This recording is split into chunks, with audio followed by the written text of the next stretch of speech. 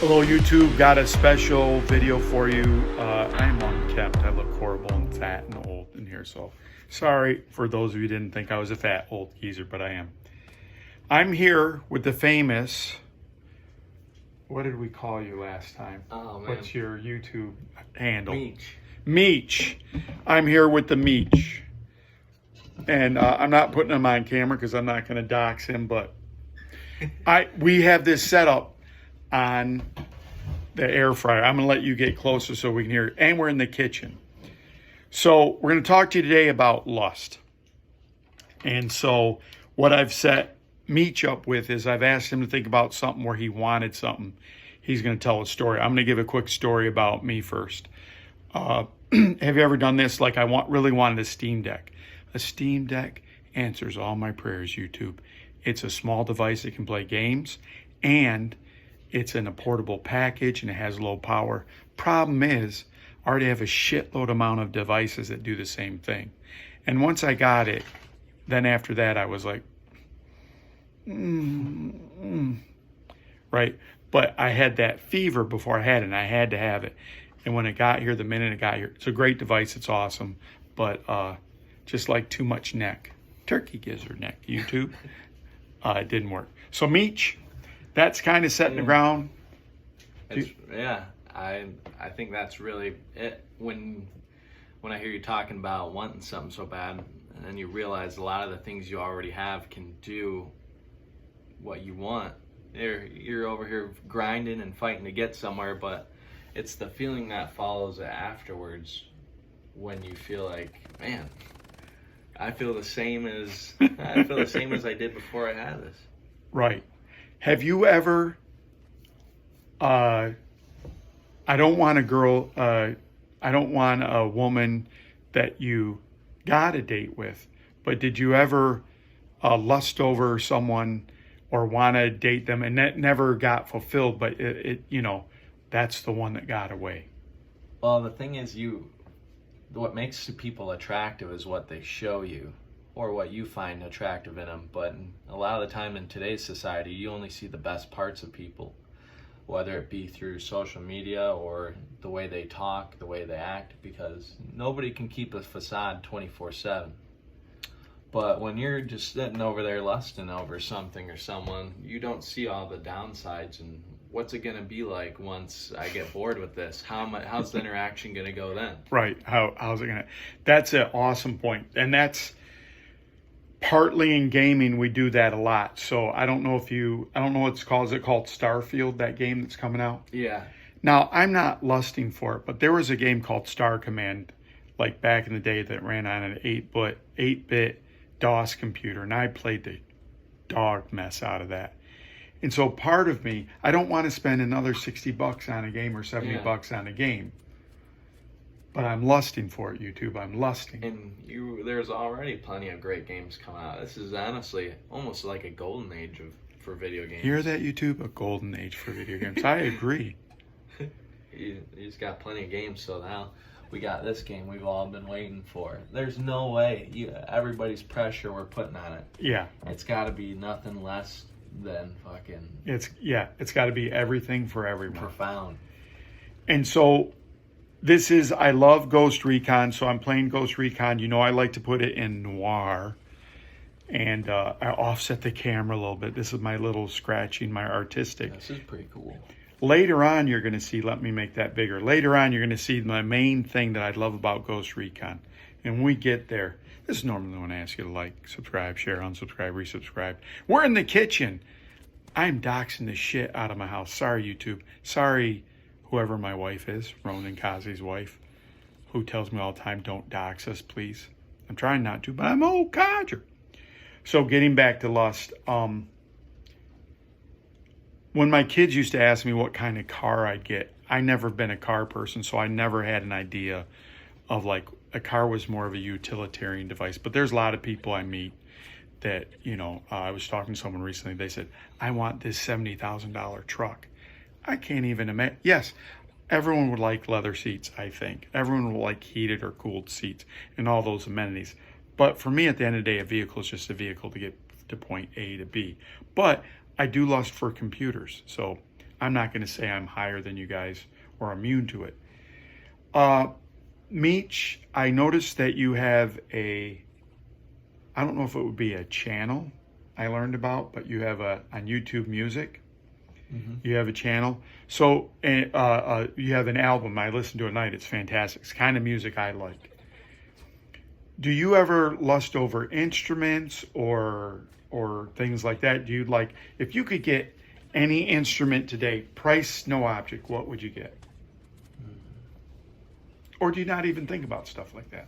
Yeah, it's hard for me to think because part of me knows that there is a lust for that. Like, it's really, I'm big on not looking for objects and instruments to, really sound, like make myself sound better. Because in a lot of the ways, it is true. You really do have all the tools. You think if you get the new tool set, new instrument, it's going to make things better. Well, it might make things easier, but really the hardest part is playing the music and writing it and be able to come up with new ideas and string them together. So as long as you can successfully play something, I feel like with an instrument, that's all you really need.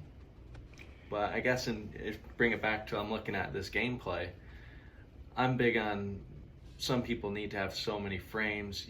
I would say you need at least 60 FPS on a game for me, I need at least 60 FPS. So if I can't hold 60 FPS, I'm going to be lusting for something new then at that point.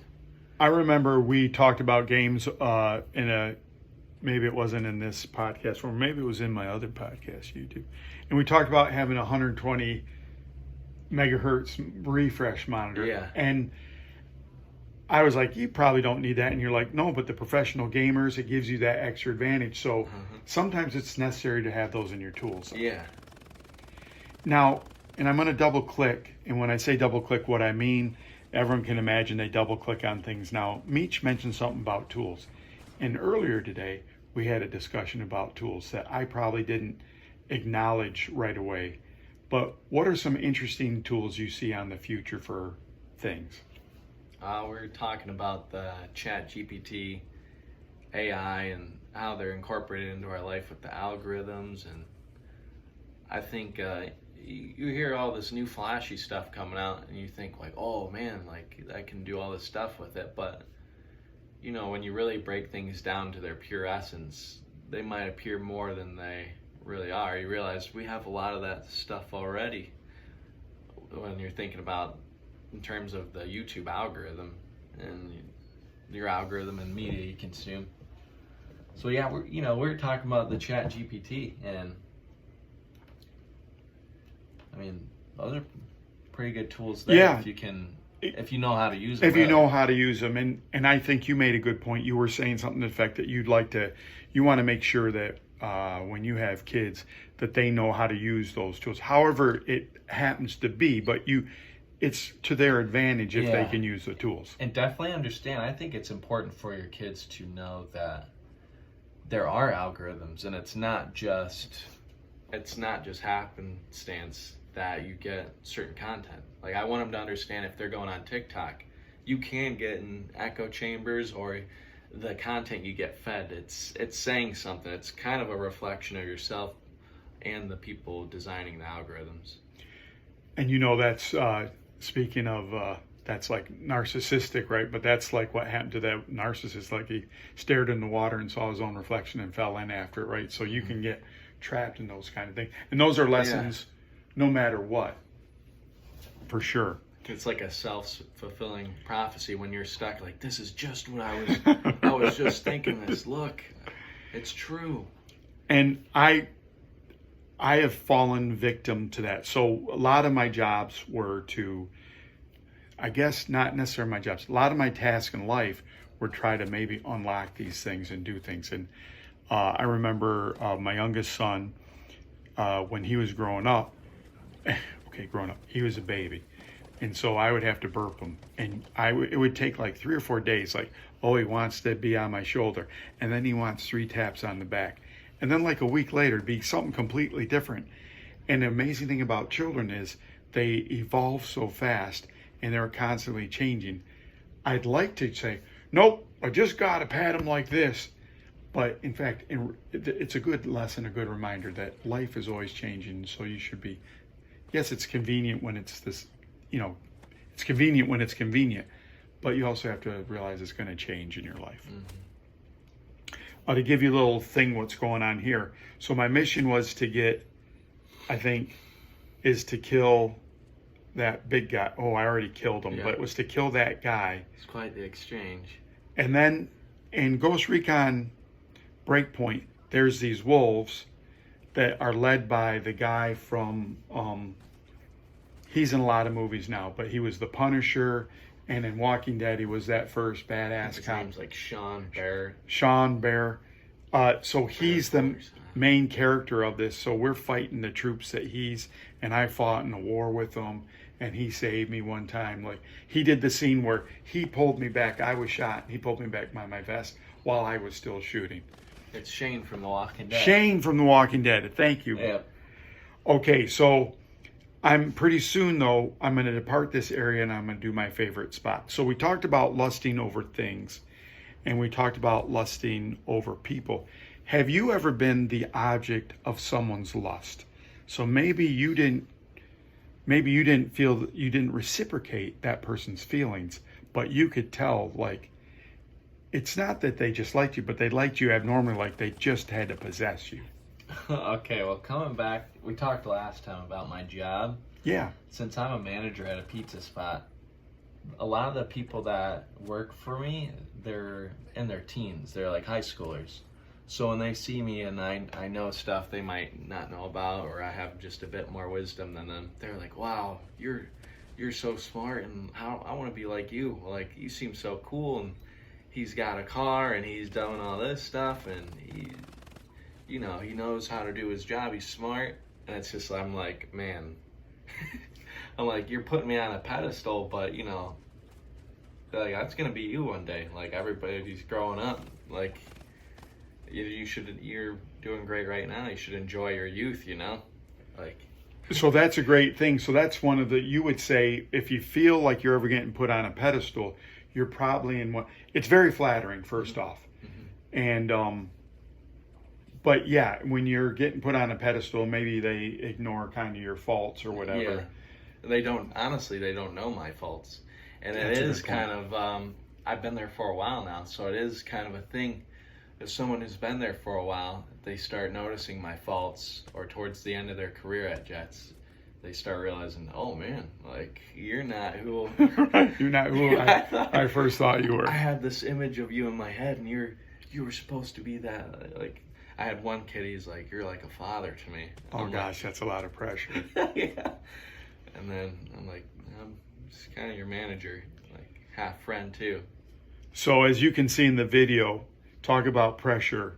I always lust for one thing, and one reason I'm playing this game, and one reason only. First off, I like the black and white aesthetic, but I like helicopters, YouTube. So when I see a helicopter, there's another thing. I've never been a big fan of, not because maybe society made me not lust after Grand Theft Auto, but when I got to play GTA 3 and I got to fly a helicopter, I could have done that the rest of my life. That would have made me happy. So that's where part of this helicopter, wasn't in helicopters in the Coast Guard, never want to be a pilot. But when I'm in this game, I got to steal a helicopter and parachute out of it. So we talked about that your characters, that you had only died once in Diablo. Have you still played Diablo since the last video? Yeah, played a bit of Diablo, ended up dying a bit more. What do you think about the patch? I don't know if I've played since the patch, to be honest. Oh, wow. Okay. It's been a while, because I'm sure some other game came out I was playing. I'm trying to think. You said there's a game like it's Hellfire, Hell... Oh, I play a lot of Squad and Hell Let Loose. They're updating Hell Let those Loose. games. Okay. Those are great. I like Squad-like games. Yeah, and the squad-like game, is it a game like Battlefield where you can be different positions, or is it more structured even than that? Yeah, it's more of like a more structured, slower paced Battlefield. Yeah, that's a good way to put it. Compared to Arma, more fast-paced than Arma? A bit more fast-paced than Arma. It's funny that the game is called Squad, because that is the main framework of the game. Like, it is Battlefield, but it's really just a squad simulator kind of. Okay. And in that squad simulator, I imagine, I'm just going to go out on a limb, YouTube. If you're a manager at a pizza place, you're probably a manager of a squad. Yes, that is my favorite role to play, because I like when everybody's on the same page. And it's just it's one of those things, you know. Yeah. If you're not all on the same page in a squad, a game like squad, it's going to ruin your experience. As we used to say in the military, it's a Charlie Foxtrot, YouTube. I used to get in trouble for saying that quite a bit. I love saying it. Nothing like a C and a hard K at the end of something. So that's great. Let's see. Any last thoughts on lust? Or have you hit everything? What have you lusted for anything, or do you have? Not to be a honk, but I've lusted after 500 subs, YouTube. Even 1,000. Sometimes I. Have you lusted? Did you lust for 100 subs? No, I. To be honest, someone told me once, if you're doing it for the subs, you're never going to be successful. And so I do a lot of this for myself. Yes, of course. What I think would be interesting, here's what I'd like to do at this point in my life. If I could give away computers to people, I'd be super happy, because it'd be great. And I mean, that's the one. I don't like Mr. Beast at all. I don't understand it, but sometimes I think it's nice to give things away, but it seems like you got to do a lot of weird shit to get shit. Yeah, it does seem a bit weird. Yeah,